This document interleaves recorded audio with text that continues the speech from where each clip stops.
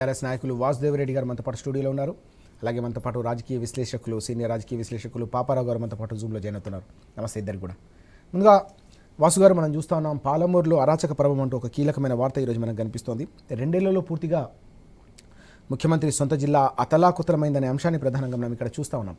ఎట్లా చూడాల్సిన అవసరం ఉంది? గతంలో మనం చూసాం కేసీఆర్ గారి హయాంలో 10 ఏళ్ల పాటు ఒక పచ్చని పంట పొలాలకు నిలయంగా పాలమూరు తీర్చిదిద్దిన సందర్భం, దానిపై చర్చ జరిగింది. రివర్స్ మైగ్రేషన్కు కేర్ ఆఫ్గా అడ్రస్గా నిలిచిన పాలమూరుపై చర్చ జరిగిన పరిస్థితి.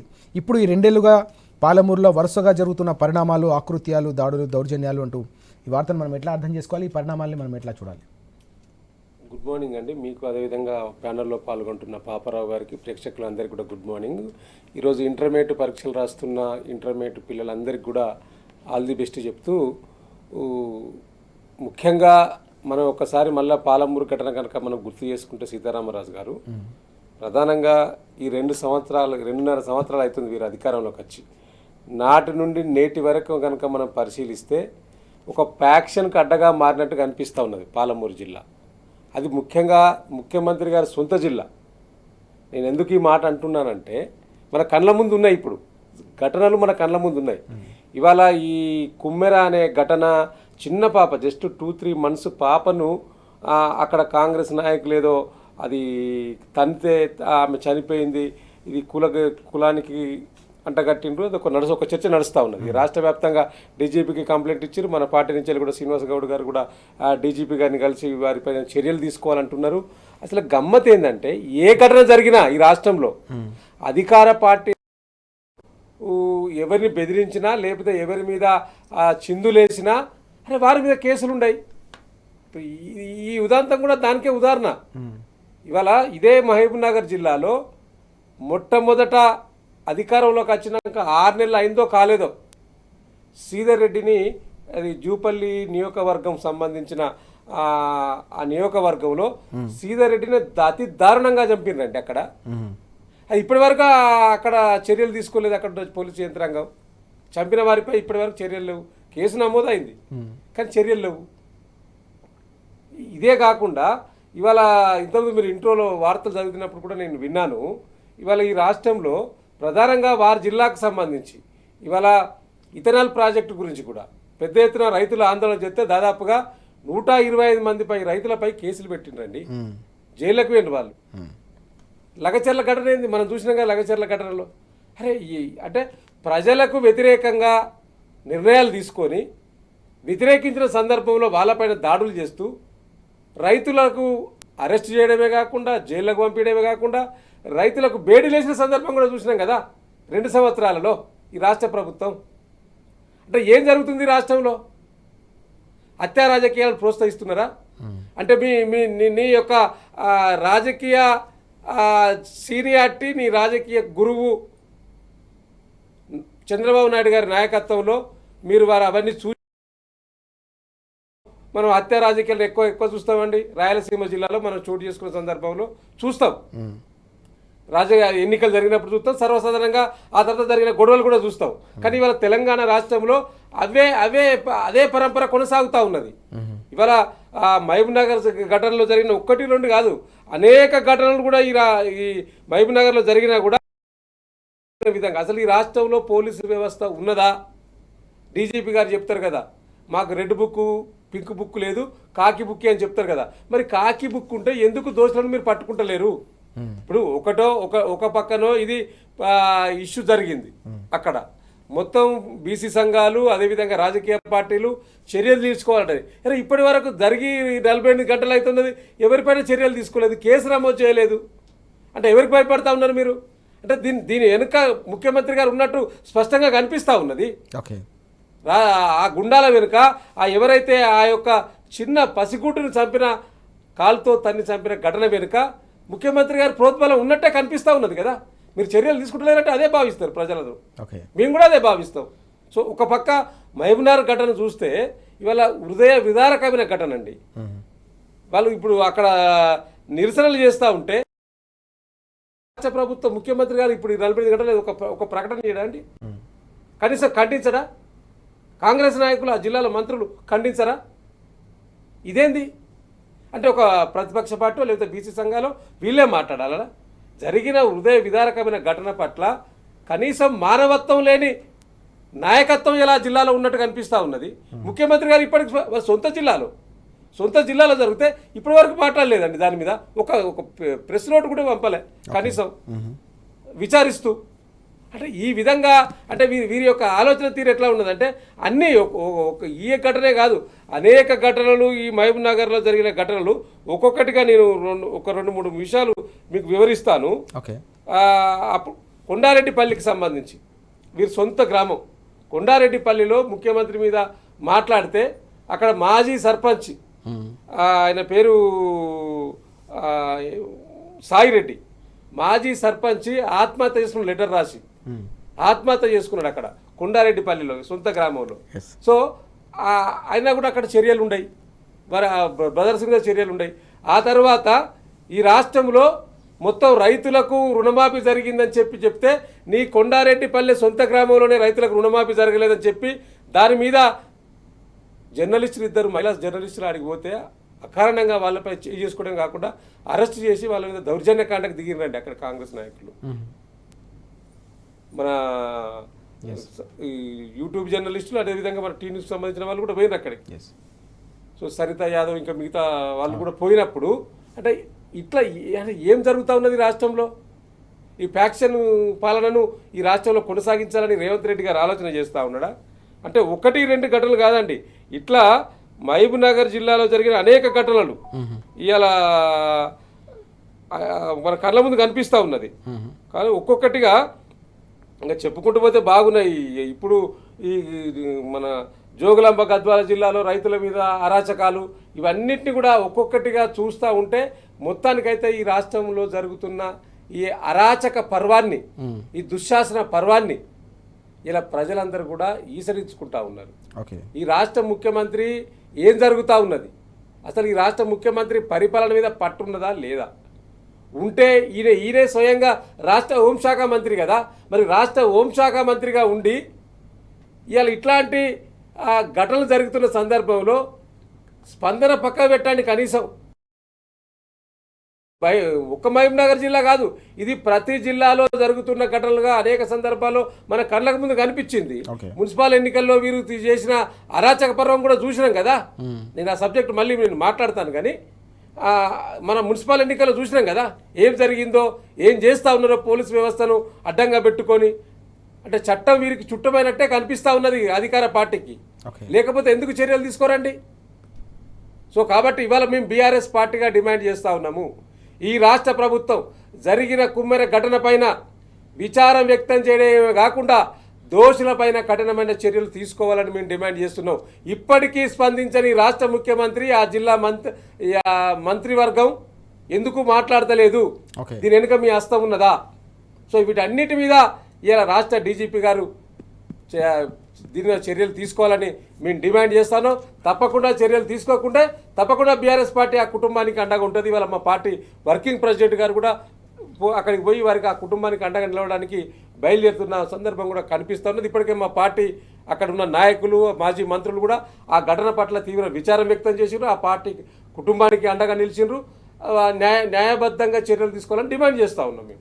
మనం చూస్తా ఉన్నాం పూర్తిగా పాలమూరు 10 ఏళ్ల పాటు పచ్చని పంట పొలగాలతో కలకల్లాడుతూ ఉంటే గత 2 ఏళ్ల నుంచి కూడా పూర్తిగా అనేక రకాల నేరాలు, దౌర్జన్యాలకు కేర్ ఆఫ్ అడ్రస్గా మారిపోయిందనే అంశాన్ని వాసుగారు ప్రస్తావిస్తున్న పరిస్థితి. ఈ క్రమంలోనే కుమ్మెరలో జరిగిన 2 నెలల పసిగుడ్డుకు సంబంధించిన మరణానికి సంబంధించిన ఘటన కూడా తీవ్ర స్థాయిలో రాష్ట్ర వ్యాప్తంగా కలకలం రేపుతుందనే అంశాన్ని కూడా ప్రస్తావిస్తున్నారు. దానిపై కూడా ఎవరైతే ఉన్నారో బాధితులకు అండగా బీఆర్ఎస్ పార్టీ నిలుస్తుందనే అంశాన్ని కూడా ప్రస్తావిస్తున్న పరిస్థితి.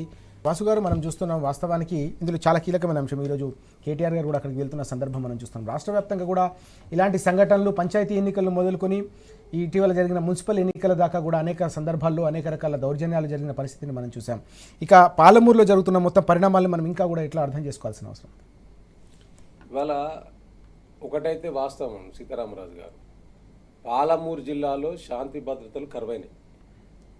శాంతి భద్రత లేదన్నట్టు స్పష్టంగా కనిపిస్తూ ఉన్నది. పోలీసు వ్యవస్థ మరి ఎందుకు చేతులు ఎత్తేసిందో అర్థం కాలేదు. కానీ ఎందుకు వారి సొంత జిల్లాలో ఎందుకు ఈ యొక్క ముఖ్యమంత్రి, రాష్ట్ర ముఖ్యమంత్రి జరుగుతున్న ఘటనల పైన కనీసం స్పందించారండి? ఈ యొక్క శాంతి కాదు, చాలా జిల్లాల్లో జరుగుతున్న అరాచకాలు ఉన్నాయి. ఓకే. కానీ ఇలా ఇది మన కళ్ళ ముందు కనిపిస్తూ ఉన్నది కదా. సో కాబట్టి ఈ యొక్క ఇలా మా పార్టీ వర్కింగ్ ప్రెసిడెంట్ గారు కూడా అడిగి పోతున్నాడు కుమ్మేరు ఘటనకు సంబంధించి. ఇలా వారు ధర్నా చేసిండ్రండి. ఆ ధర్నాకు చాలామంది బీసీ సంఘాలు మద్దతు ఇచ్చినాయి. ఆ బాబును పట్టుకొని ఆ యొక్క తల్లి కూర్చొని ధర్నా చేసే హృదయ విదారకమైన ఘటన ఈ రాష్ట్ర ప్రభుత్వానికి కొద్దిగా కనీసం కూడా చలనం లేనట్టు కనిపిస్తూ ఉన్నది కదా. ఓకే. ప్రభుత్వం ఉన్నదా లేదా? కాబట్టి దీనిపైన ఈ రాష్ట్ర ప్రభుత్వం ఏం చేస్తున్నది, అసలు నిత్యం రాజకీయాలేనా, లేతే రాష్ట్ర ప్రజలను పాలించేది రాష్ట్ర ప్రజల యొక్క శాంతి భద్రతలు కానీ ఈ రాష్ట్రం యొక్క శాంతి భద్రతలు కానీ పట్టించుకునే పద్ధతి ఏమన్నా ఉన్నదా? ఎస్ చర్చలో మనతో పాటు రాజకీయ విశ్లేషకులు పాపారావు గారు కూడా జాయిన్ అవుతున్నారు. పాపారావు గారు, మనం చూసినాం సమైక్య రాష్ట్రంలో అన్నిటికంటే జీవన విధ్వంసానికి గురైన జిల్లా ఏదైనా ఉందంటే అది పాలమూరు జిల్లానే. సుదీర్ఘంగా మీరు కూడా దానిపై అధ్యయనం చేశారు. అక్కడ రైతుల కష్టాలు కన్నీళ్ళ గురించి కూడా అనేక వ్యాసాలు రాసిన సందర్భాలు గతంలో చూసినాం.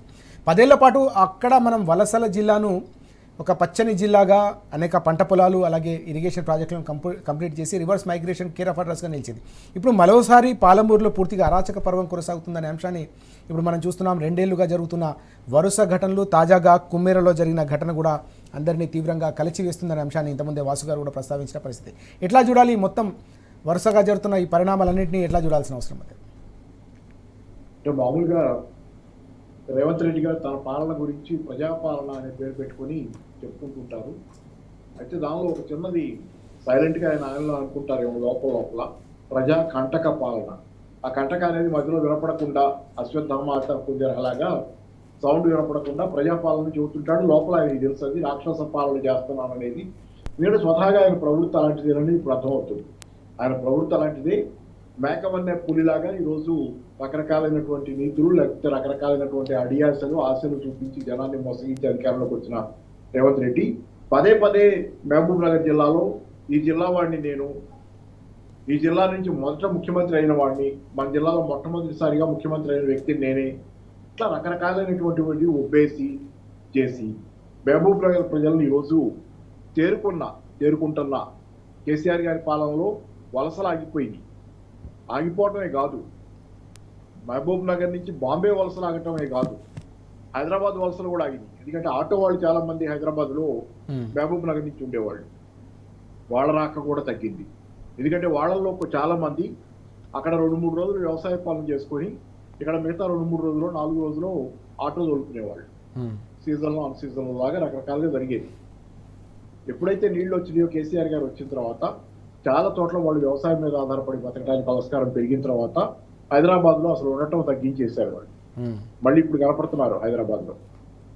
అదే మహబూబ్ నగర్ జిల్లా వాళ్ళని ఈ మధ్యకాలంలో కనపడుతున్న ఆటో వాళ్ళని చాలా మందిని నేను అడుగుతుంటే వాళ్ళని పలకరించి ఎక్కడి నుంచి మీరంటే చెప్పిన వాళ్ళలో ప్రతి వాళ్ళు రేవంత్ రెడ్డిని తిట్టకుండా తిడుతున్నారు. ఆ జిల్లా వాళ్ళే.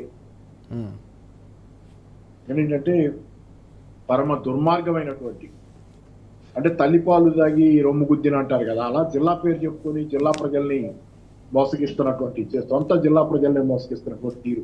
మామూలుగా గతంలో అనేక మంది రాజకీయ నాయకులను చూసాం.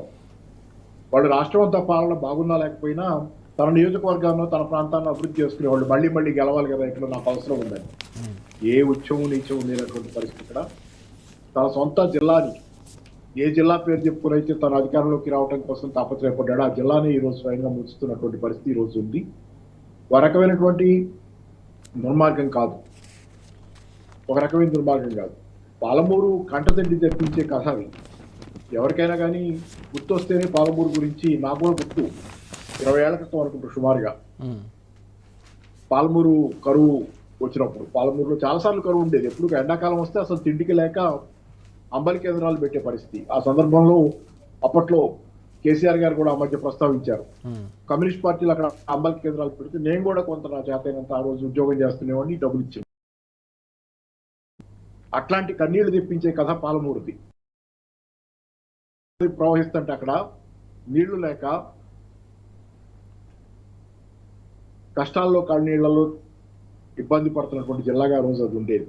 అట్లాంటి జిల్లాని చేరుకునేలాగా చేసి బొంబాయి, బొగ్గుబాయి, దుబాయి కథ మార్చి ఆ జిల్లా తన సొంత కాళ్ళ మీద తను నిలబడేలాగా చేసిన కేసీఆర్ గారు ఈరోజు లేని కారణంగా కేసీఆర్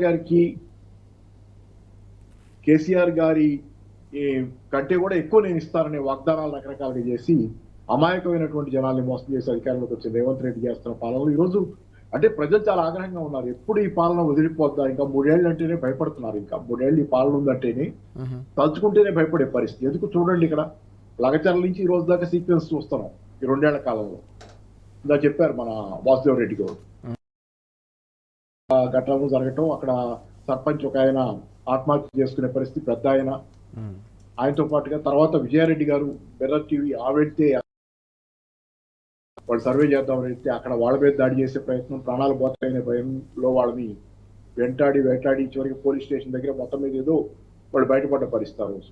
అట్లాగే ఇప్పుడు 2 నెలల పసిగుడ్డుని తిరివేసినటువంటి దుర్మార్గం. ఇంత దుర్మార్గమైన దీనిలో ఏంటంటే మీకు ఇప్పటికిప్పుడు చూడండి, పాలమూరు జిల్లాలో ఈ 2 నెలల పసిగుడ్డు చనిపోయిన ఘటన ఇప్పుడే ఈ మధ్య ఈ కొద్ది రోజుల్లో. రెండో పక్కన కేతనపల్లి మున్సిపాలిటీ విషయంలో పట్టుబట్టి మెజారిటీ బీఆర్ఎస్ కి ఆబ్వియస్ గా క్లియర్ మెజారిటీ ఉన్న బీఆర్ఎస్ ని ప్రజాస్వామికంగా నిలబెట్టుకుందామని ప్రయత్నం చేస్తున్నటువంటి నాయకుడు బాల్కా సుమన్ అక్కడ జైల్లో పెట్టి ఆ జాలదన్నట్లు ఆయన జైల్లో కూడా నానా రకాలుగా హింసిస్తారు. బీపీ టాబ్లెట్ లాంటివి ఇవి కూడా ఇవ్వకుండా నానా రకాలుగా ఆయన జైల్లో ఇబ్బంది పెడతా, అంటే కక్ష సాధింపు లాగా నన్ను కాదంటావు అన్నట్లు చేస్తున్నటువంటి. ఇంకో పక్క మనకి ఖమ్మం జిల్లాలో నిన్న కొన్ని వందల ఇళ్లని కూల్చేసినటువంటి పరిస్థితి, భూముల్లో వేసుకున్న ఇళ్లని కూల్చేసిన పరిస్థితి పెద్ద మనుషుల కోసం. అంటే 2-3 రోజుల వరుస పరంపరలో ఎంత పెద్ద పెద్ద ఘటనలు ఉంటాయి, దారుణం అంటే ఊహించడానికి అలవగానటువంటి దారుణమైనటువంటి ఘటనలు జరిగిపోతున్నాయి.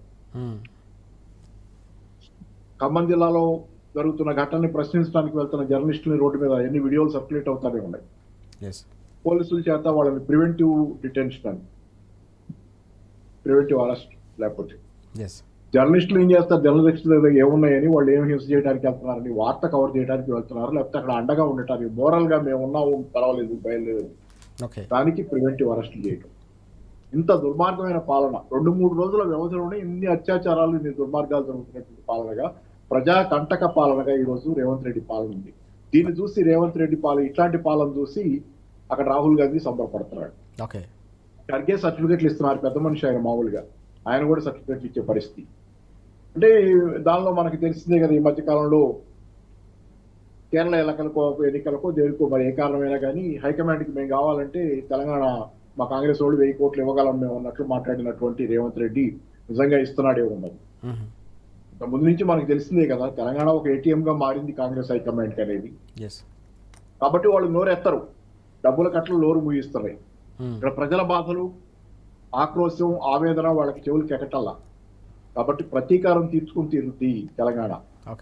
మళ్ళీ చరిత్రలో తెలంగాణలో కాంగ్రెస్ పేరు వినపడకుండా ఎన్నికలు వచ్చిన రోజున కాంగ్రెస్ ని శాశ్వతంగా సమాజ్ చేసే పరిస్థితి తెలంగాణ చేస్తుంది. ఇంత దుర్మార్గం. ప్రజల బాధ మామూలుగా ఎవరిని కదిలించినా, మీరు ఎవరినైనా కదిలించండి, సామాన్య జనాన్ని ఎవరిని కదిలించినా, నేను అనుకుంటా ఆ పక్కనున్న కోర్టుల్లో లాభాలు పొందుతున్న కొద్ది మంది తప్పితే ఎవరిని కదిలించినా కింద నుంచి పైదాకా అన్ని వర్గాల వాళ్ళని ప్రతి వాళ్ళు తిడుతున్నారు, ప్రతి వాళ్ళు విమర్శిస్తున్నారు. పరమ దుర్మార్గమైన నీచమైనటువంటి పరిపాలన ఇది అనేది స్పష్టంగా ప్రజల ఆవేదన అలా ఉంది. కేసీఆర్ గారు ఉండగా ఉన్నత వర్గాలు, కార్పొరేట్ వర్గాల దగ్గర నుంచి సామాన్యంగా రోడ్డు మీద తిరిగే మామూలు జనం దాకా అందరూ కూడా సంతృప్తిగా ఉన్నారు ఆ పాలన గురించి. అందుకే అట్లా గెలవగలిగారు ఆయన. అంత అభిమానం కేసీఆర్ గారి పట్ల ఈ రోజుకి ఎందుకుందంటే వర్గాలకు అతీతంగా ప్రజలందరికీ మేలు చేసినటువంటి అత్యంత అద్భుతమైనటువంటి పరిపాలన ఆ రోజు కేసీఆర్ గారు ఇచ్చారు.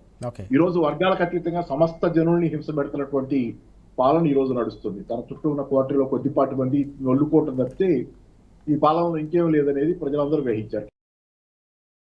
కాబట్టి ఖచ్చితంగా దీని మీద ఒక సునామీ లాంటి ప్రజల వేవ్ వస్తుంది. ఖచ్చితంగా ఇది కొట్టుకుపోద్ది కాంగ్రెస్ పార్టీ. దీనిలో రేవంత్ రెడ్డి శాశ్వతంగా రాజకీయాల నుంచి దూరం అయిపోతారు దాంతో. సార్, మనం చూస్తూ ఉన్నాం పాపారావు గారు చాలా కీలకమైన అంశాలు ప్రస్తావిస్తున్న పరిస్థితి. పూర్తిగా రోజు కూడా ఈ మొత్తం పరిణామాల నేపథ్యంలోనే ప్రజల్లో వెల్లువెత్తుతోంది ప్రజాగ్రహం కాంగ్రెస్ సర్కారు అనే అంశాన్ని ప్రస్తావిస్తున్న పరిస్థితి. నిన్న మనం చూసాం కేటీఆర్ గారు సుమన్ను పరామర్శించేందుకు వెళ్ళిన సందర్భంలో కూడా పెద్ద ఎత్తున కాంగ్రెస్కు సంబంధించిన అరాచక పాలనతో పాటుగా బీజేపీ వైఖరిని కూడా తీవ్ర స్థాయిలో తప్పుబట్టిన సందర్భం మనకు కనిపిస్తూ ఉంది. ఎట్లా చూడాలి, 1000 కోట్ల వేటుపై వీటిపై బీజేపీ ఎందుకు మాట్లాడదు, కేంద్ర ప్రభుత్వం కానీ ప్రధాని కానీ ఎందుకు ఈ అంశంపై మాట్లాడట్లేదు, ఎందుకు దీనిపై దర్యాప్తు జరపట్లేదు అని చెప్పేసి కేటీఆర్ గారు విసిరిన ఈ సవాల్ కావచ్చు, వేసిన ఈ సూటి ప్రశ్నను ఎట్లా చూడాలి భాస్కర్?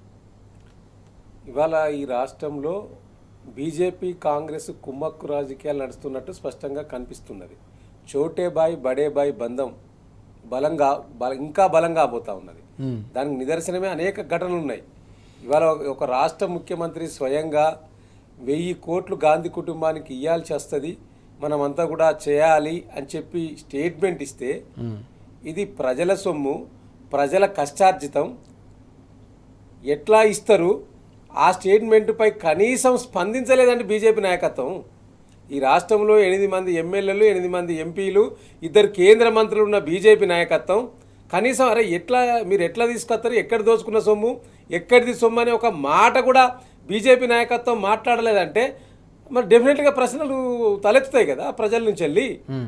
ఇవాళ ఏం జరుగుతున్నది మరి రాష్ట్రంలో?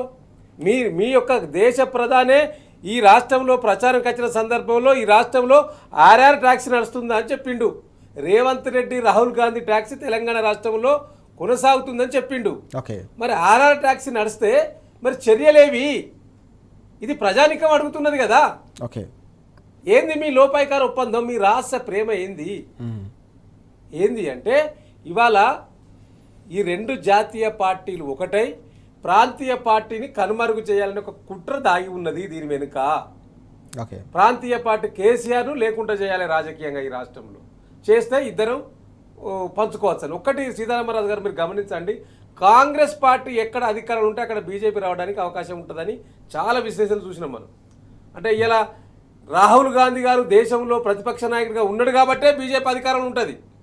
రాహుల్ గాంధీ ఎన్ని రోజులు ఈ నేషనల్ కాంగ్రెస్లో కీలకంగా పనిచేస్తాడో అన్ని రోజులు ఈ దేశానికి బీజేపీ అధికారంలో ఉంటుందండి. దానికే ప్రయత్నం, ఈయన ఉండడమే వాళ్ళకి లాభం. అట్లనే ఈ రాష్ట్రంలో కాంగ్రెస్ను రేపు ఎప్పుడైనా కనుమరుగు చేయవచ్చు వాళ్ళు తలుచుకుంటే.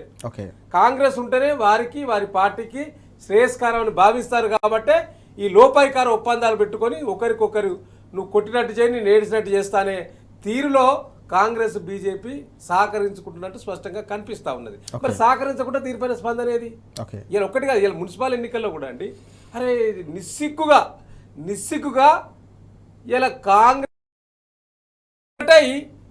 చైర్మన్, వైస్ చైర్మన్ పంచుకునే చాలా దిక్కుల ఈ రాష్ట్రంలో మున్సిపల్ ఎన్నికల్లో. నిజంగా ఇలా మున్సిపల్ ఎన్నికల్లో ఈ రాజ్యాంగాన్ని అపహాస్యం చేసిందని కాంగ్రెస్ ప్రభుత్వం. నిజంగా వారి యొక్క దుందుడుకు చర్యలు లేకపోతే గుండాయిజం ఈ యొక్క రాష్ట్రంలో ఎన్నికల కమిషన్ పట్టించుకోకపోవడం వల్ల కాంగ్రెస్ గమనిస్తే ఇవాళ మున్సిపల్ ఎన్నికల్లో అధికార పార్టీకి సంబంధించిన పిసిసి వర్కింగ్ ప్రెసిడెంట్ ఉన్న జగ్గారెడ్డి గారు పోలీసుల మీద అమ్మనా బూతులు తిట్టిండండి. ఎందుకో కేసు పెట్టలే, ఎందుకో దాని మీద కనీసం పోలీసు యంత్రాంగం స్పందించలేదు. అదేవిధంగా ధర్మపురి అరవింద్ గారు ఎంపీ యూజ్లెస్ ఫెలో అని చెప్పిండు పోలీసులను పట్టుకొని, ఎందుకో కనీసం కేసు పెట్టలే, ఎందుకో మాట్లాడలేదు పోలీసు యంత్రాంగం, పోలీసు వ్యవస్థ. అంటే ఇలా రాజ్యాంగబద్ధంగా మేము ప్రజలిచ్చిన తీర్పును శిరసా వహించి ప్రజలిచ్చిన తీర్పును కూడా మీరు లేకుండా చేయాలని ఒక కుట్రలో భాగంగా ఒక పక్క 22 సీట్లకు 14 సీట్లు 10 బీఆర్ఎస్ 4 సిపిఐ ఎన్నికల ముందే పొత్తు పెట్టుకోవడం వల్ల 14 సీట్ల మెజార్టీ ఉంటే మెజార్టీ ఉన్న సీట్లను కాదని చెప్పి 7 సీట్లు గెలిచిన కాంగ్రెస్ అంటే 2 సీట్లు వారు అక్కడ మంత్రిగా ఉన్న వివేక్ గారు, వారి కొడుకు ఎంపీ 2 వాళ్ళ యొక్క ఓట్లు పెట్టుకున్నా కూడా 9 అవుతాయి కదా. మరి 14 సీట్లున్న బీఆర్ఎస్ ఎందుకు అక్కడ చైర్మన్ కాకూడదు? దీంట్లో ఉన్న మతలబేంది? అంటే రాజ్యాంగాన్ని అపహాస్యం చేస్తారా? మీ ఇష్టమా? ప్రజా తీర్పును శిరసా వహించారా? ప్రజలు ఇచ్చిన తీర్పును వీళ్ళు ప్రజలు ఇచ్చిన తీర్పును కనుక శిరసా వహించుంటే మొన్నటి జరిగిన మున్సిపల్ ఎన్నికల్లో 20 నుంచి 30 సీట్లు మాకు వచ్చే అవకాశం ఉండే. 18 సీట్లు మేము ఒంటరిగా కైవసం చేసుకున్నాం. కొన్ని సీట్లు ఇండిపెండెంట్ తోటి, కొన్ని సీట్లు మేము గెలిచిన కాడ తొర్రూరులో 9 సీట్లు గెలిచినాం. అక్కడ అపహాస్యం చేసిర్రు. ఇబ్రహీంపట్నంలో అంతే, కేతరపల్లిలో అంతే. ఇట్లా గెలిచిన మెజార్టీ ఉన్న బీఆర్ఎస్ పార్టీని అక్కడ చైర్మన్లు వైస్ చైర్మన్లు కాకుండా బెదిరింపులకు పాల్పడడం, లేకపోతే మా అభ్యర్థులకు ఆఫర్లు ఇవ్వడం, Right. కోట్ల రూపాయలు, అంటే ఇవన్నిటిని చూస్తూ ఉంటే ఈ యొక్క ఈ ప్రజా తీర్పును అపాసం చేస్తూ ప్రజలు ఇచ్చిన తీర్పును కాదని ఇలా రేవంత్ రెడ్డి గారి తీర్పును రేవంత్ రెడ్డి గారు చెప్పే హుకుం జారీ చేస్తూ ప్రజలకు జవాబుదారీగా ఉండాల్సిన పోలీస్ వ్యవస్థ ఇలా రేవంత్ రెడ్డి గారికి ఊడిగం చేస్తున్నట్టు స్పష్టంగా కనిపిస్తా ఉన్నది. Okay. అంటే ప్రజలందరూ గమనిస్తా ఉన్నారు ఇవి అన్ని విషయాలు. రైట్. ప్రజలు మీరు మీరు మీరు స్పందించాలి. ప్రజానీకం, మేధావులు, బుద్ధిజీవులు వీటన్నిటి మీద స్పందించాల్సిన అవసరం కూడా ఉన్నది ఇప్పుడు రాష్ట్రంలో. ఎస్, చాలా కీలకమైన అంశం మనం చూస్తూ ఉన్నాం. పూర్తి స్థాయిలో ప్రజా తీర్పును కూడా అపహాస్యం చేసేలాగా కాంగ్రెస్, అలాగే కాంగ్రెస్ పార్టీ, కాంగ్రెస్ సర్కార్, రాష్ట్ర ముఖ్యమంత్రి వ్యవహరిస్తూ ఉన్నారని చెప్పేసి వాసుదేవ్ రెడ్డి గారు తీవ్ర ఆగ్రహం వ్యక్తం చేస్తున్న అంశాన్ని మనం చూస్తూ ఉన్నాం. పాపారావు గారు, మనం చూసాం నిన్న బీఆర్ఎస్ వర్కింగ్ ప్రెసిడెంట్ కేటీఆర్ గారు సుమన్ను పరామర్శించిన సందర్భంలో అనేక కీలకమైన అంశాలు ప్రస్తావించిన పరిస్థితి. 2.5 ఏళ్ల కాలం కావస్తోంది కాంగ్రెస్ అధికారంలోకి వచ్చి. ఎన్నికల్లో ఇచ్చిన హామీలు, రైతు బంధు కావచ్చు, మహిళలకు మహాలక్ష్మి కావచ్చు, ఇతర సంక్షేమ పథకాలకు పైసలేవు, కానీ గాంధీ కుటుంబానికి 1000 కోట్లు పంపిస్తా అంశంపైన తీవ్ర స్థాయిలో ధ్వజమెత్తిన పరిస్థితి కూడా మనకు కనిపించింది. ఎట్లా చూడాలి? దీనిపై బీజేపీ కూడా స్పందించట్లేదనే అంశాన్ని కూడా ప్రస్తావించారు. ఎందుకోసం ఈ మొత్తం వ్యవహారాన్ని మీరు కుమ్మక్కు రాజకీయాల కేర్ ఆఫ్ అడ్రస్గా మార్చారనే అంశాన్ని కూడా ఆయన వెల్లడించిన పరిస్థితి. ఎట్లా చూడాల్సిన అవసరం ఉంది దీన్ని మనం? అంటే మొదటి నుంచి కాంగ్రెస్ గురించి మనం అంతా చెప్పుకుంటుంది స్పష్టాతి స్పష్టంగా టీమ్ ఏ టీమ్ బిగా. ఇక్కడ ఒక రేవంత్ రెడ్డి బడే భాయ్ అని మోడీతో సంబంధం నెలకొల్పడమే కాకుండా మొదటి నుంచి కూడా కాంగ్రెస్ పార్టీ వ్యవహార శైలి అదే. ఎందుకంటే యాదవ్ కూడా దీన్ని పాయింట్అవుట్ చేశాడు చాలా కొత్తలో, చాలా 2-3 ఏళ్ల క్రితం అనుకుంటా. అంతకుముందు ఇది మన పార్లమెంట్ ఎన్నికలకి, తెలంగాణ అసెంబ్లీ ఎన్నికలకు కూడా ముందు యోగేంద్ర యాదవ్ అప్పట్లో మొదట్లో కాంగ్రెస్ పార్టీ అనేది ఉన్నంత కాలం బీజేపీని ఓడించలేము, కాంగ్రెస్ పార్టీ ఆ సీన్ నుంచి పోతే తప్పితే ఇంకో పార్టీకి అక్కడ స్థానం ఉండదనేది చాలా గట్టిగా వాదిస్తూ ఉండేవాడు. ఓకే. అయితే ఆయన తర్వాత ఈ భారత్ జోడో యాత్రలో రాహుల్ గాంధీతో కలిసి కొంత దూరం నడిచాడు. ఆ తర్వాత ఆయన భుజం మీద చేయగానే ఆయన ఏమైందో మారిపోయి కాంగ్రెస్ పార్టీని పట్టుకుని తిరగటం మొదలు పెట్టాడు. దానికి మూల్యం చెల్లిస్తున్నాడు యోగేంద్ర యాదవ్ కూడా. ఆయన పరపతి ప్రజల్లో ఉన్నది తగ్గిపోతుంది. రెండో పక్కన రామచంద్ర గుహ ద వైర్ పత్రికకి కరణ్ థాపర్కి ఇచ్చిన ఇంటర్వ్యూ, ఇది కూడా 2 ఏళ్ల క్రితం సుమారుగా, పార్లమెంట్ ఎన్నికల ప్రాంతాల్లోనే సుమారుగా. ఆ టైంలోనే కరణ్ థాపర్కి ఇచ్చిన ఇంటర్వ్యూలో రామచంద్ర గుహ ద వైర్ పత్రిక ఇచ్చిన ఇంటర్వ్యూలో చాలా స్పష్టంగా అద్భుతంగా చెప్పాడు. యోగేంద్ర యాదవ్ని కూడా కోట్ చేశాడు. నాకంటే ముందు ఆయనే చెప్పాడు, కానీ నేను ఇప్పుడు చెబుతున్నాను, కాంగ్రెస్ పార్టీ రంగంలో ఉన్నంత కాలం బీజేపీని ఎవరు ఓడించలేరు. ఎందుకంటే ప్రత్యామ్నాయం రాకుండా కాంగ్రెస్ పార్టీ అడ్డం పడుద్ది, బీజేపీ గెలవడానికి అదే కారణం అన్నట్టుగా అసలు కాంగ్రెస్ పార్టీలో ఉన్న లోపాలు, లొసుగులు, దాని స్వభావం అంతా బ్రహ్మాండంగా ఎండగట్టాడు రామచంద్ర గుహ. ఇంటర్వ్యూ ఎవరైనా చూడొచ్చు, ఇప్పుడు కూడా నెట్ లో దొరుకుతుంది. ఈ పరిస్థితి రాహుల్ గాంధీ మొన్న పార్లమెంట్ సమావేశాల్లో కూడా చూడండి. ఆయన సరే, ఆయన ఎంచుకున్న అంశం ముఖ్యమైనదే కావచ్చు, ఏది చైనాకి సంబంధించి ఆ పుస్తకం దానికి సంబంధించి ఆయన నవార్ని, ఆయన మిలిటరీ జనరల్ రాసిన పుస్తకం గురించి ఆయన ఏదో మాట్లాడాడు. దాన్ని ఎవరు కాదను, నిజమే ప్రశ్నించవచ్చు, కానీ దాన్ని మించి జనాలకు అసలు ఆ విషయం మీద పెద్ద ఆసక్తి కూడా లేదు.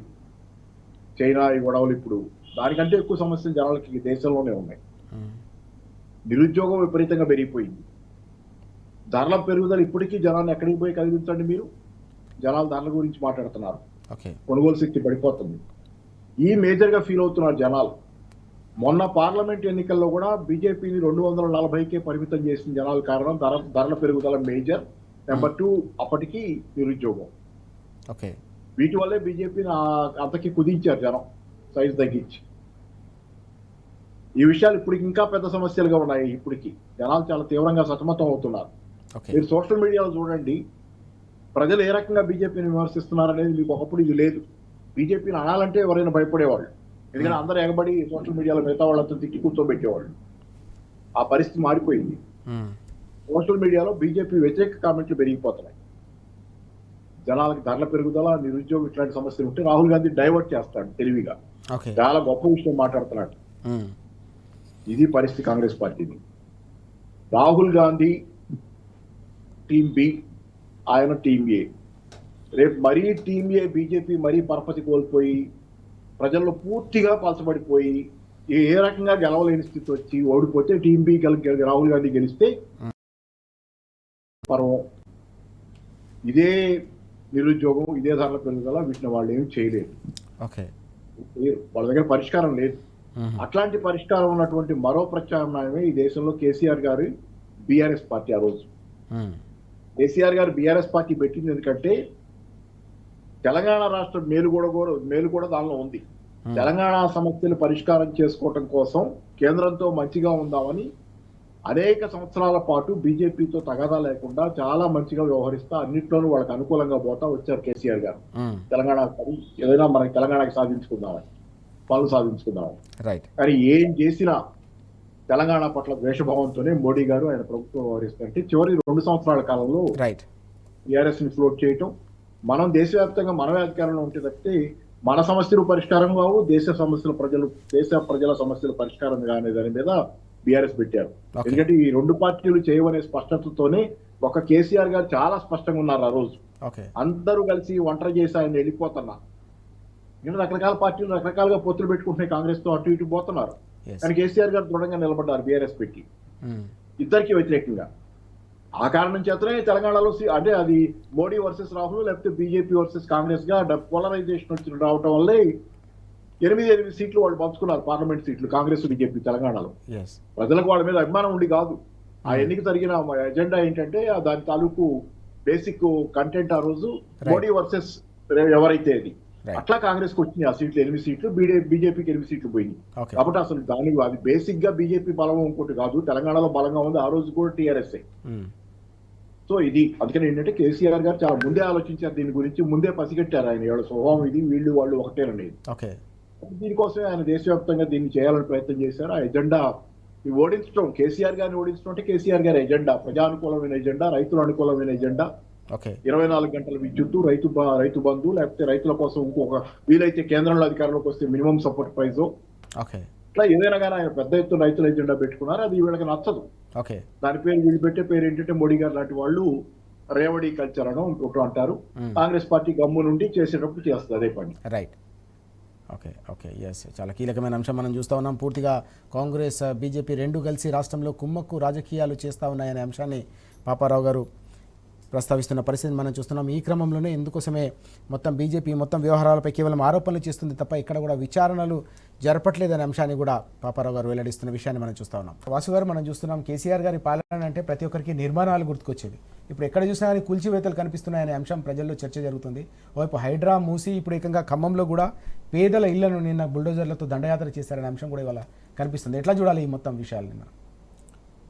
మొట్టమొదట ఈ కాంగ్రెస్ ప్రభుత్వం అధికారంలోకి రాగానే ఫస్ట్ కూల్చడం మొదలుపెట్టిండ్రు. కూల్చడంతో వారి యొక్క పాలన ప్రారంభమైంది. మనం ఒకసారి గుర్తు చేసుకుంటే అక్కడ ఒక పక్క ఎల్బీ స్టేడియంలో ప్రమాణ స్వీకారం చేస్తుంటే మరో పక్క ఏదో గొప్పలు చేసినట్టు ప్రగతి భవన్ కాడ గేటు కూల్చేస్తున్నామని చెప్పిండు. అక్కడి నుంచి ప్రారంభమైన కూల్చడము ఇవాళ హైదరాబాదులో మూసీ పేరు మీద పేద మధ్యతరగతి కుటుంబాలకు సంబంధించిన ఇండ్లను టార్గెట్ చేస్తూ వీటిని కూల్చడం, లేకపోతే హైడ్రా పేరు మీద పేదల గుడిసెలు కూల్చడం, ఇవన్నీ కూడా మన కళ్ళ ముందు కనిపించినాయి. ఇప్పుడు హైదరాబాద్లో ఒక పక్క పర్మనెంట్గా వీళ్ళ ప్రభుత్వ హయాంలో ఉన్నప్పుడే పర్మిషన్లు ఇచ్చి నిర్మాణం చేసుకున్న తర్వాత ఇవాళ అభివృద్ధి పేరిట కూల్చడానికి ప్రయత్నం చేస్తున్న యొక్క చూస్తుంటే మొత్తం బుల్డోజర్ పాలన, రేవంత్ రెడ్డి బుల్డోజర్ పాలన ఏ విధంగా ఉన్నదంటే ఇలా హైదరాబాద్ నగరం నుంచి వెళ్ళి జిల్లాలకు బాకింది. ఇలా ఖమ్మం జిల్లాలో భూదాన్ భూములు అది ప్రభుత్వ భూములు కూడా కాదు, భూదాన్ భూములు గత 10-15 సంవత్సరాలుగా వారు అక్కడ ఉంటున్నారు. వారు అక్కడ పక్కా పట్టాల కోసం హైకోర్టును కూడా ఆశ్రయించారు. స్టే ఆర్డర్ ఉన్నది అక్కడ హైకోర్టు నుంచి స్టే ఆర్డర్ తీసుకొచ్చారు. స్టే ఆర్డర్ వెకెట్ కాకముందే, పోనీ వీళ్ళకి సమయం ఇవ్వకముందే ఇష్టారీతిగా పొద్దుగాల 4 గంటలకు వెళ్ళి 6 గంటల నుంచి వెళ్ళి కూల్చడం మొదలు పెట్టిండ్రండి. ఇవాళ వాళ్ళు అడుగుతున్నది అదే, నిజంగా ఇది ప్రభుత్వ భూమి అయితే తీసుకోండి, కానీ మాకు సమయం ఇవ్వండి. మాకు సమయం ఇవ్వకుండా మా మీద ఇది పోలీసు వ్యవస్థను అడ్డంగా పెట్టుకొని 4 జిల్లాల పోలీసులను ఖమ్మంలో మోరించి 3 మంత్రులు ఉన్న జిల్లాలో ఇలా వారు ఓట్లేసిరని వాళ్ళే చెప్తా ఉన్నారు. పొంగులేటి శ్రీనివాసరెడ్డి, అదేవిధంగా అక్కడున్న ఖమ్మం మంత్రులు, ఇంకా బట్టి విక్రమార్క డిప్యూటీ సీఎం గారు, తుమ్మల నాగేశ్వరరావు గారు సమాధానం చెప్పిన దాని మీద కనీసం ఇప్పటి వరకు ఏం మాట్లాడలేదండి. అంటే పేద ప్రజలంటే మీకు అంత చులకనా? పేద అంటే ఈ రాష్ట్రంలో ఏం జరుగుతూ ఉన్నది? మీరు కట్టడాలు కట్టండి రా బాబు అంటే కూల్చడం మొదలు పెడతా ఉన్నారు. ఇలా 2.5 సంవత్సరాల్లో ఒక్క కట్టడం కట్టలేదు ఈ రాష్ట్రంలో, ఒక్క ఇటుక పేర్చలేదు. ఇలా మీకు చేతనైతే ఇందిరమ్మ ఇండ్లు ఇవ్వండి వాళ్ళకు. ఆ ఇందిరమ్మ ఇండ్లు ఇచ్చిన తర్వాత వాళ్ళను మీరు ఖాళీ చేయించండి. ఓకే, అంటే వారికి ఇప్పుడు భూసేకరణ చట్టం ఉన్నది, ఆ చట్టానికి అనుకూలంగా చర్యలు తీసుకోవాల్సింది పోయి వారికి నిరాశ్రయులు కాకుండా బయట ఎక్కడో ఉండకుండా ఆ చెట్టు కిందనో గుట్ట కిందనో ఉండకుండా వారికి మీరు ఏదైనా ఇచ్చిన తర్వాత మీరు కూల్చండి. రైట్. అది చేయకుండా దాన్ని తప్పుపడతా ఉన్నది, తప్పుపడతా ఉన్నాం ఇలా. పాపారావు గారు ఎట్లా చూడాలి? ఓవైపు హైదరాబాద్లో ఇప్పటివరకు కూల్చివేతలు చూసాం, ఇప్పుడు ఖమ్మంలో కూడా పేదల ఇళ్లను నిన్న బుల్డోజర్లతో కూల్చివేసిన విషయంపై అక్కడ పేదలంతా కూడా తీవ్ర స్థాయిలో ఆక్రందన, వారి కన్నీళ్లు మనం చూసాం నిన్న. ఎట్లా చూడాలి ఈ మొత్తం వ్యవహారాల్ని? ఓవైపు హైడ్రా పేరిట, మరోవైపు మూసీ దగ్గర కూడా దాదాపు వేలాది మంది, లక్షలాది మంది కూడా ఆందోళన ఉన్న పరిస్థితి మనకు కనిపిస్తూ ఉంది. మూసీ నది పరివాహక ప్రాంతంలో ఇప్పుడు జరుగుతున్న కూల్చివేతల గురించినది అదొక రావణ కాష్టంలాగా నిరవధికంగా నిరంతరంగా హైడ్రా పేరుతో 365 రోజులు అదే కార్యక్రమంగా చేస్తా పోతున్నారు. దానికి ఒక చట్టబద్ధమైన ముసుగేసి నదీ పరివాహక ప్రాంతం అనే పేరు ఒకటి పెట్టి ఫుల్ ట్యాంక్ లెవెల్ను ఇంకోటి చెప్పి చేస్తున్నారు. అయితే దానిలో వీళ్ళు చెబుతున్న ఇంకొకటి ఏంటంటే సుందరీకరణలో భాగంగా సియోల్ మోడల్ అనేది చెబుతున్నారు. సియోల్ మోడల్ ప్రకారం చేయాలంటే ఇప్పుడు వీళ్ళు చెబుతున్న దాని ప్రకారంగా సియోల్ మోడల్ అంటే అక్కడ రావాల్సినవి ఏంటంటే ఎక్స్ప్రెస్ వే, హోటల్స్, అలాగే వినోద కేంద్రాలు అన్ని రావాలి. ఇప్పుడు 50 మీటర్ల వరకే మూసీ నది దగ్గర నుంచి 50 మీటర్ల పరిధిలోనే కూలుస్తామని చెబుతున్నారు. కానీ వీళ్ళు చెబుతున్న సియోల్ మోడల్ అమలు చేయాలంటే 50 మీటర్ల పరిధిలో ఎక్స్ప్రెస్ వే రాదు, హోటల్స్ రావు, వినోదకారి అంటే కాబట్టి 50 మీటర్ల పరిధిని అధికారుల చేత చెప్పిస్తుంది కానీ అధికారులు చెబుతుంది కానీ నిజం కాదు. అంత నిజం చెప్పేస్తే ఆర్టీఐ విప్పేస్తే నిజం తెలిసిపోతే కనుక జనాలు తిరగబడతారు కనుక స్టెప్ బై స్టెప్ తీసుకెళ్తున్నారు దీన్ని. ఇది కొంత అఫీషియల్ ముసుగేసి చేస్తున్నారు దీని అంతటిని. ఏంటంటే ఎఫ్టీఎల్, ఫుల్ ట్యాంక్ లెవెల్, చెరువులు, ఆక్రమణలు ఇట్లాంటి పేర్లు పెట్టి నదీ పరివాహక ప్రాంతం ఆక్రమణల పేర్లు పెట్టి చేస్తున్నారు. ఖమ్మంలో జరుగుతుంది అది ఇది భూదాన్ భూమి అంటే ఆబ్వియస్ గా అది కబ్జా. భూదాన్ మీద దాని మీద అది దానిలో నిజంగా నిజాయితీ ఉంటే కనుక ఏదో రూపంలో దాని గురించి ఇప్పటికీ మాట్లాడి ఉండాలి వీళ్ళు. నిన్న రఘు ఆయన ఏ జర్నలిస్ట్ అయితే అరెస్ట్ అయ్యాడో దీని మీద అక్కడ వెళ్తున్నప్పుడు తొలి వెలుగు రఘు ఆయన స్పష్టంగా చెబుతున్నాడు చంద్రబాబు ఆడిస్తున్నాడు, రేవంత్ ఆడుతున్నాడు, తుమ్మల నాగేశ్వరరావు చేస్తున్నాడు అనేది ఆయన మొత్తం ఆయన ఆరోపణ, ఆయన నోటి నుంచి వస్తున్న ఆరోపణ. సామాజిక వర్గ కేంద్రంగా కూడా చేస్తున్నాడు ఆయన, చాలా క్లియర్గా చెబుతున్నాడు ఆయన. అంటే అక్కడికి వచ్చేసింది పరిస్థితి. గతంలో మనం చంద్రబాబు వెనక్కున్నాడు, రేవంత్ నాడిస్తున్నాడు అనేది కేవలం కొద్దిమంది మేము మాట్లాడేవాళ్ళం. కానీ గతంలో కేసీఆర్ గారిని విమర్శించిన వాళ్ళు కూడా ఆ వాస్తవాన్ని ఈ రోజు ఒప్పుకోవాల్సి వస్తుంది. చంద్రబాబు ఆడిస్తున్న నాటకంలో రేవంత్ పావు, ఆ పావుని గెలిపించడంలో మనం దానిలో పావులు అయ్యాం అనేది అందరూ గుర్తిస్తున్నారు. ఇప్పుడు అటు కేసీఆర్ గారికి వ్యతిరేకంగా పనిచేసిన వాళ్ళు కూడా తెలంగాణలో నడుస్తున్న నాటకం చంద్రబాబు ఆడిస్తుంది అనేది నిన్న తెలియక రేవంత్ రెడ్డి ఉత్తులో చిక్కుకున్న వాళ్ళు కూడా వాళ్ళు గుర్తిస్తున్నారు. దీనికి అంటే తెలంగాణ అంటే వీళ్ళందరూ ఒక ప్లాట్ఫామ్ మీదకి రావాల్సి ఉంది. విభేదాలు ఉంటాయి మనుషుల తర్వాత, అందరూ ఒకేలాగా ఉండరు. మరి నేను అనలిస్ట్ గా ఉన్నాను, టీఆర్ఎస్ లో లేను కదా. కానీ టీఆర్ఎస్ఏ తెలంగాణకి గత్యంతరం లేదు. ఇంకోటి టీఆర్ఎస్ఏ బ్రహ్మాండమైనటువంటి ప్రత్యామ్నాయం తెలంగాణకి అనే నమ్మకంతో అనలిస్ట్ గా వచ్చి కూడా టీఆర్ఎస్ ని బుధాన్ని వేసుకోగలుగుతున్నా. నా ఆత్మవిశ్వాసం అది. జరిగింది కూడా అదే కదా. 2 సంవత్సరాల కాలంలో అంత ముందు కాలంలో ఇంత మనం అనుకున్నది టీఆర్ఎస్ కనుక ఓడిపోతే తెలంగాణ పరిస్థితి అగమ్య గోచరం అవుద్ది, రేవంత్ రెడ్డి గెలిస్తే అని అనుకున్నాం. అదే చెప్పాము జనానికి. ఆ రోజు జనాలు ఏమైనా అనుకోండి, ఈ రోజు అందరికీ అర్థమవుతుంది. పనిచేసి ఎవరైనా సరే ఈ రోజు టీఆర్ఎస్ తో ఉండక తప్పదు. తెలంగాణకి ఇంకో దారి లేదు ఇక్కడ. అలాగే అందరూ కూడా ఇదే వస్తున్నారు. కాబట్టి ఏంటి అనేక విభేదాలు ఉంటాయి, ఆలోచనలు తేడా. కానీ తెలంగాణని కాపాడుకోవాలంటే ఈ రోజు అందరూ ఒక ప్లాట్ఫామ్ మీద కావాల్సిన అవసరం. నిన్న పొరపాటున దారి తప్పిన వాళ్ళం కానీ లేకపోతే ఇంకోళ్ళం కానీ అందరూ తెలంగాణని ప్రేమించే వాళ్ళు, తెలంగాణ ప్రజలు బాగుండాలని కోరుకునే వాళ్ళంతా ఒక ప్లాట్ఫామ్ మీద కావాల్సిన అవసరం ఈరోజు చాలా బలంగా ఉన్నటువంటి పరిస్థితి. ఈ రోజు అంత ప్రతిఘాతం నడుస్తుంది, తెలంగాణ మీద దాడంతా నడుస్తుంది. చాలా కీలకమైన విషయాలు మనం చూస్తా ఉన్నాం. పూర్తిగా 2 ఏళ్లలో ఎక్కడ చూసినా విధ్వంసం కొనసాగుతుందనే అంశాన్ని పాపారావు గారు అలాగే ఏదైతే ఎన్నికల సందర్భంగా బీఆర్ఎస్ నాయకులు చెప్పారో, బీఆర్ఎస్ నాయకత్వం చెప్పిందో, కేసీఆర్ గారు చెప్పారో అది వాస్తవ రూపం దాలుస్తున్న పరిస్థితి కనిపిస్తోంది. తెలంగాణను పూర్తిగా ఆగం చేస్తారు, కాంగ్రెస్కు నమ్మి ఓటేస్తే అని చెప్పిన మాట ఏదైతుందో ఈరోజు ప్రజాక్షేత్రంలో అదంతా కూడా వాస్తవం అని చెప్పేసి పెద్ద ఎత్తున చర్చ జరుగుతున్న సందర్భంలోనే తెలంగాణ సమాజం యావత్తు కూడా మరోసారి బీఆర్ఎస్ నాయకత్వమే తెలంగాణకు శ్రీరామ రక్ష అని బలంగా నమ్ముతుందనే విషయాన్ని పాపారావు గారు అలాగే వాసు గారు స్పష్టంగా చెప్తున్న విషయాలు మనం చూస్తూ ఉన్నాం. Thank you very much Paparao గారు అలాగే వాసు గారు చర్చలో పాల్గొన్నందుకు థ్యాంక్ యూ. ఇది వాటి వార్తలు వాస్తవాలు. నమస్తే.